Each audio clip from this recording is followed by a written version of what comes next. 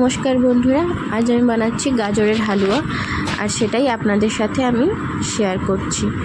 আপনারা শেষ পর্যন্ত এই ভিডিওটি দেখতে থাকুন। প্রথমে আমি গাজরগুলোকে নিয়েছি, নিয়ে এগুলো ভালো করে ছাল ছাড়িয়ে নেব। নিয়ে এগুলোকে 3 খণ্ড করে কেটে নেব, কেটে জলে ধুয়ে নেব। জলের মধ্যে ভালো করে গাজরগুলোকে ধুয়ে নিলাম, নিয়ে এগুলি জল ঝরিয়ে একটি জামের মধ্যে তুলে নিলাম। এরপর আমি একটি চুষনি নেব, নিয়ে গাজরগুলোকে ভালো করে চুড়ে নেব। এই চুষনিতেই গাজরটা খুব সুন্দরভাবেই চূড়া হয়ে যায় আর খুব অল্প সময়ের মধ্যে গাজরের হালুয়াটা তৈরি হয়ে যায়। এরপর একটি কড়াই নেব, কড়াইয়ের মধ্যে পরিমাণ মতো দিয়ে দেব ঘি।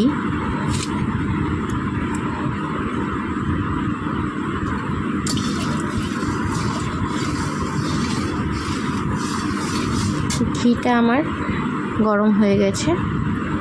এবার আমি এর মধ্যে দিয়ে দেব থেতো করে রাখা 4টে এলাচ।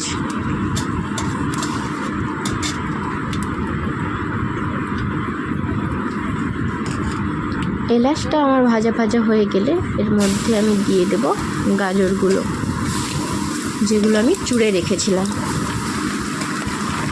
এই গাজরটাকেই দিয়ে খুব সুন্দরভাবে অনেকটা সময় ধরে নাড়াচাড়া করতে হবে।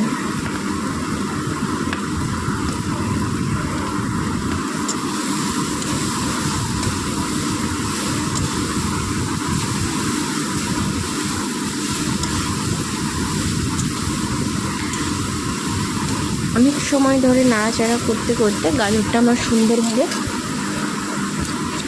ভাজা হয়ে যায়।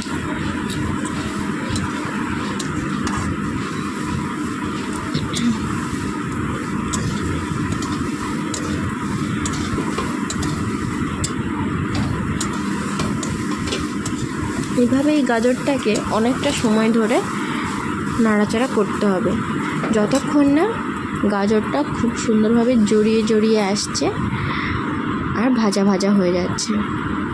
এরপর আমি দিয়ে দেবো পরিমাণ মতো স্বাদ মতো নুন। নুন দিয়ে ভালো করে নাড়াচাড়া করে নেব, যাতে গাজরটা আরেকটু ভালোভাবে ভাজা ভাজা হয়ে যায়। গাজরটা কিন্তু আমার খুব সুন্দরভাবেই ভাজা ভাজা হয়ে যাচ্ছে, আর আমি এভাবেই খুন্তি দিয়ে বারবার গাজরটাকে ভাজা ভাজা করে নিচ্ছি, উল্টে পাল্টে দিচ্ছি, যাতে খুব বেশি আঁচে না ভাজা হয়, একটু হালকা এতে যেন ভাজাটা হয়ে যায়।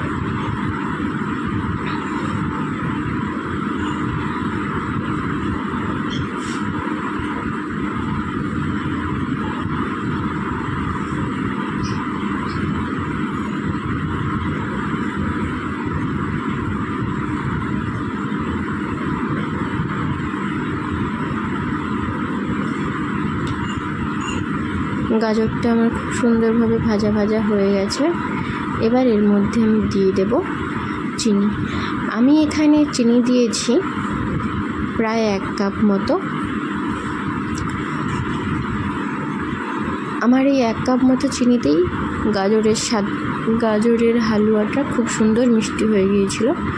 আপনারা চাইলে বেশি দিতে পারেন বা কম দিতে পারেন, সেটা পরিমাণ মতো, গাজরের পরিমাণ মতো দেখেই দেবেন। আমি এখানে গাজরের পরিমাণ মতোই 1 কাপ চিনি দিয়েছিলাম।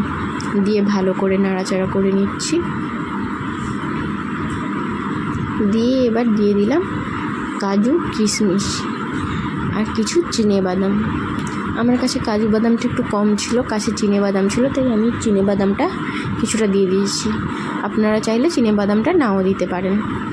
দিয়ে ভালো করে একটু নাড়াচাড়া করে নেব। এরপর দিয়ে দেব দুধটা। আমি এখানে দুধটা দিয়েছি প্রায় 250 গ্রাম, আর দিয়ে দেব একটু জল, পরিমাণ মতো একটু জল। যেটাতেই দুধ রেখেছিলাম সেটাতেই অল্প একটু জল দিয়ে ভালো করে ওটাতেই করে দিলাম। দিয়ে এইভাবে কিছুক্ষণ নাড়াচাড়া করে এবার যাতে এটা কোনো দিকে ভালোভাবে না হয়ে যায় সেই জন্য ভালো করে চাপা দিয়ে দিলাম।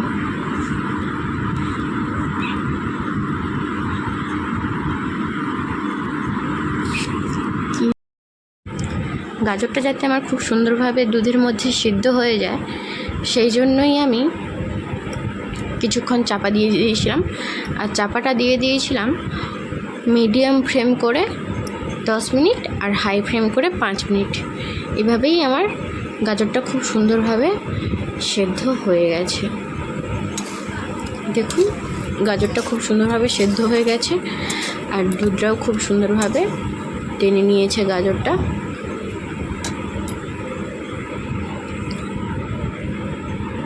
এরপর আমি দিয়ে দিলাম অল্প একটু ঘি, দিয়ে এটাকে আরেকবার ভালো করে নাড়াচাড়া করে নিচ্ছি। একটু ভালো করে নাড়াচাড়া করে নিয়ে তারপর এটাকে আমি নামিয়ে নেব।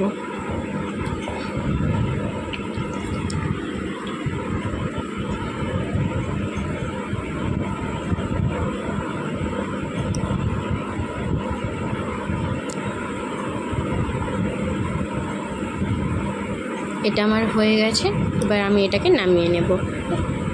দেখুন কত সুন্দরভাবে আমার গাজরের হালুয়াটা কমপ্লিট হয়ে গেছে। এভাবেও আপনারাও বাড়িতে বানাতে পারেন। আপনাদের যদি এই ভিডিওটি ভালো